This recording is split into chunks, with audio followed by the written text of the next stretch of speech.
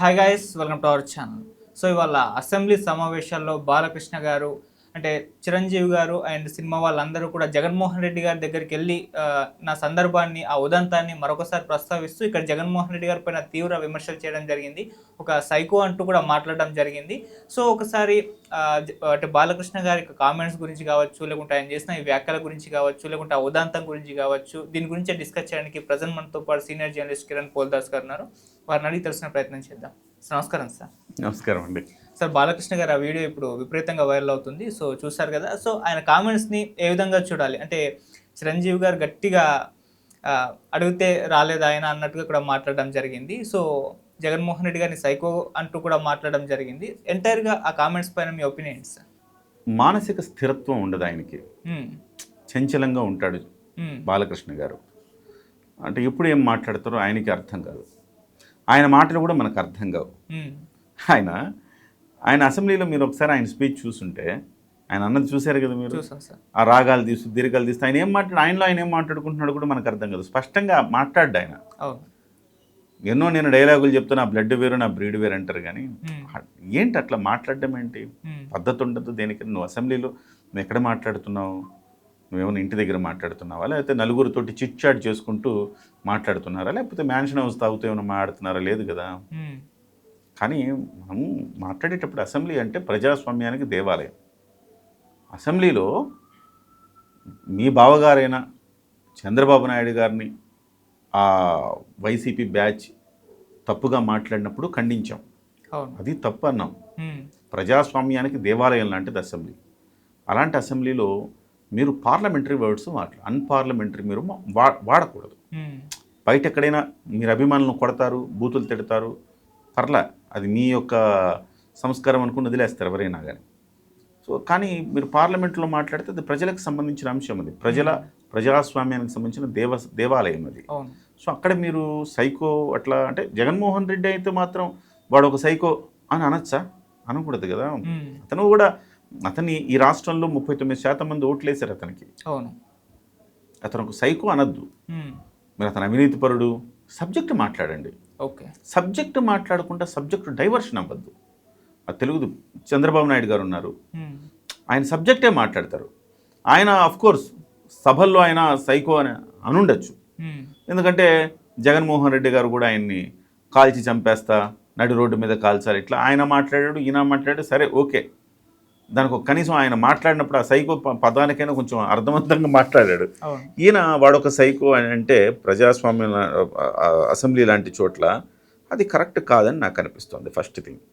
So మీరు జగన్మోహన్ రెడ్డి గారిని మీరు సబ్జెక్టు చాలా ఉంది, ఆయన విమర్శించాలంటే చాలా ఉన్నాయి. ఆయనకి అసెంబ్లీకి రాకపోవటం ఏంటి, పలాయనం, చిత్తగించడం, పారిపోవటం, పిరికితనం, ఇట్లాంటివి ఏమన్నా మాట్లాడండి మీరు. సో ప్రజల సమస్యల పట్ల మీరు 11 సీట్లైనా 39% ఓట్లు వచ్చాయి కదా, బాధ్యత ఉంది కదా. మీ 39% మందికి మీరు ప్రజలకు జవాబు చెప్పాల్సిన బాధ్యత ఉంది కదా. సో కాబట్టి మీరు రావాలి ఇక్కడికి అసెంబ్లీకి అని మాట్లాడండి. 43,000 కోట్ల రూపాయల అక్రమ ఆస్తుల కేసులునే మీ మీద మాట్లాడండి. గొడ్డలపోటు బాబాయ్ హత్య కేసులో మీ ప్రమేయం ఉందని మాట్లాడండి. ఇలాంటివి నేను మాట్లాడచ్చు, కానీ వాడొక సైకో అలాంటి పదజాలం వాడడం అనేది కొంచెం ఇబ్బందికరమైన అంశం. అది బాలకృష్ణ గారి విజ్ఞతగా వదిలేయాలి, అలా ఎందుకు మాట్లాడుతున్నారు. ఇంకొక అంశము, ఇప్పుడు కామినేని శ్రీనివాసరావు గారు మాట్లాడారు, చిరంజీవి గారు ఆ రోజు గట్టిగా అడగడంతో జగన్మోహన్ రెడ్డి గారు పిలిచారు, లేకపోతే పిలిచేవారు కాదా అన్నారు. చిరంజీవి గారు అప్పుడు గట్టిగా ఎందుకు పిలిచారు? చిరంజీవి గారు గట్టిగా అడగల, ఆయన గట్టిగా అడిగితే పిలిచారని చెప్తున్నారు, అది కరెక్ట్ చేసుకోండి అని. ఏంటి అంత దుగ్ధ మీకు చిరంజీవి గారి మీద? మరి మీరు వెళ్ళారు, మీరు ఏ రోజైనా బాధ్యత తీసుకున్నారా? మీరు ఏ రోజైనా సినిమా ఇండస్ట్రీకి సంబంధించిన బాధ్యత ఈ రోజైనా మీరు తీసుకున్నారా? ఒక్కరోజైనా మిమ్మల్ని ఎవరైనా వచ్చి కలిశారా? పోనీ మిమ్మల్ని కలిసే ధైర్యం ఎవరికైనా ఉందా? బాలకృష్ణ గారు మాకు పలానా సమస్య వచ్చిందంటే మీరేమైనా ఆదుకుంటారా? కరోనా అప్పుడు సినిమా కార్మికులు రోడ్డు మీద పడితే చిరంజీవి చారిటబుల్ ట్రస్ట్ పెట్టి సిసిసి ద్వారా వాళ్ళకి 3 పూట్ల భోజనం అందేలా చేశాడు. మీరేమన్నా ఒక్కసారన్నా దాని గురించి మీరు మాట్లాడారా? మీకు వంశపారంపర్యంగా అదేమంటే మాట్లాడతారు, బసవతారకం హాస్పిటల్లో ఆయన సేవలు చేస్తున్నాడు, కార్యక్రమాలు చేస్తున్నాడు. మీ వంశపారంపర్యంగా ఇవాళ కాదు, అది ఎప్పుడో పెట్టిన హాస్పిటల్, అది బాలకృష్ణ మస్తిష్కం నుంచి వచ్చిందేం కాదు అది.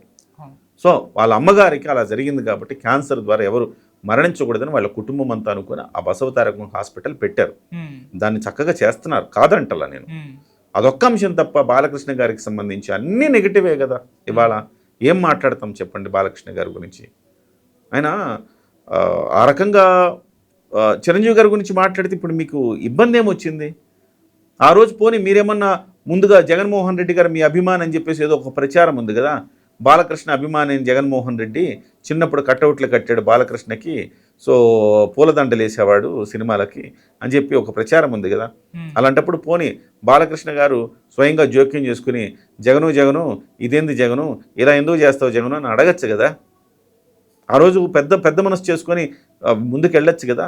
మరి చిరంజీవి గారు ఎందుకు వెళ్ళారు? ప్రభాస్ గారిని తీసుకెళ్లారు, మహేష్ గారిని తీసుకెళ్లారు, అందరినీ కలుపుకోలుగా తీసుకెళ్ళి అంత ఆయన అవమానాలు పడి ఆయన దండాలు పెట్టి ఆయన సినిమా ఇండస్ట్రీ కోసం ఆయన త్యాగాలు చేసి ముందుకెళ్తూ ఉంటే మీరు ఈ రకంగా ఇప్పుడు వచ్చేసి తగుదనమ్మా అంటూ చిరంజీవి ఆ రోజు అడగలేదు, గట్టిగా ఎవడు అడగలేదు అని చెప్పి మీరు మాట్లాడడం ఏమన్నా సంస్కారం? అది ఏం చెప్పదలుచుకున్నారు మీరు? చిరంజీవి గారు ఏం అడగలేదు, చిరంజీవి గారు ఏం గొప్ప కాదు, నేను గొప్ప అని మీరు చెప్పదలుచుకున్నారా? మీ బ్లడ్ వేరు, మీ బ్రీడ్ వేరు అని మీరు 100 సార్లు చెప్తూ ఉంటారు. ఇదేనా మీ సంస్కారం? ఇదేనా సభా వేదికలు, సభా మర్యాదనా ఇది? ఒక సభలో ఒక వ్యక్తి చిరంజీవి గారు ఆ సభలో ఏం లేరు, ఈయన ఎవరో చిరంజీవి గారి గురించి ఒక మంచి మాట మాట్లాడారు. ఏం పోద్దండి మీకు మంచి మాట మాట్లాడితే సహించలేరా? మాత్రం తట్టుకోలేరా? సో అంతకుముందు కూడా ఒకసారి చిరంజీవి లాంటి వాళ్ళు నేను నెత్తి మీద ఎక్కించుకోను ఎందుకు మాట్లాడతారు ఇలాంటివన్నీ? మీకు అందుకే ఇవాళ రామారావు గారికి ఇంతమంది కొడుకులున్నా కానీ ఒక్కళ్ళైనా ఆయన వారసత్వం తీసుకోగలిగారా? చెప్తే బాధపడతారు కానీ నేను అంటున్నా, ఇది నాకు తెలుగుదేశం పట్ల నాకు పరిపూర్ణమైన విశ్వాసం ఉంది. తెలుగుదేశం పార్టీ మంచిగా చేస్తోంది, కూటమి ప్రభుత్వం బాగా వెళ్తోంది. చంద్రబాబు లాంటి నాయకుడు ఈ రాష్ట్రానికి ఒక దిశానిర్దేశం చేసి ముందుకు తీసుకెళ్తున్నాడు. చాలా గొప్ప విషయం అది. లోకేష్ లాంటి వ్యక్తులు చాలా బ్రహ్మాండంగా పరిపాలన చేస్తున్నారు. మన రాష్ట్రానికి అనేక పరిశ్రమలు తీసుకొస్తున్నారు. ఖచ్చితంగా ఇది ఒక మంచి పరిపాలన. అంటే పాలల్లో విషపు చుక్క వేయడం అంటారు కదా, ఆ విషపు చుక్క వేయటమే కదా ఇది. ఇలా ఎందుకు మాట్లాడతారో నాకు అర్థం కాదు. సో ఇవాళ కూటమి ధర్మాన్ని, ఇప్పుడు చిరంజీవి గారు అంటే ఎవరంటే స్వయాన మీకు ఇవాళ ఊపిరి పోసిన పవన్ కళ్యాణ్ గారికి స్వయాన అన్నయ్య, పవన్ కళ్యాణ్ గారికి ఒక దేవుడు, పవన్ కళ్యాణ్ గారికి ఒక తండ్రి. అలా మాట్లాడతారా? ఇవాళ నిండు సభలో ఎన్టీఆర్ గురించి ఎవరైనా అట్లా మాట్లాడితే వేరే వాళ్ళు మీరు సహిస్తారా? మీరు తట్టుకుంటారా? మీరు ఆ రామారావు గొప్పేం లేదు ఇందులో అని అన్నాం అనుకోండి, మీకు బాగుంటుందా? ఉండదు కదా. మరి అటువంటిప్పుడు మీరు ఎట్లా మాట్లాడతారు? పొత్తు ధర్మం మీకు లేదా?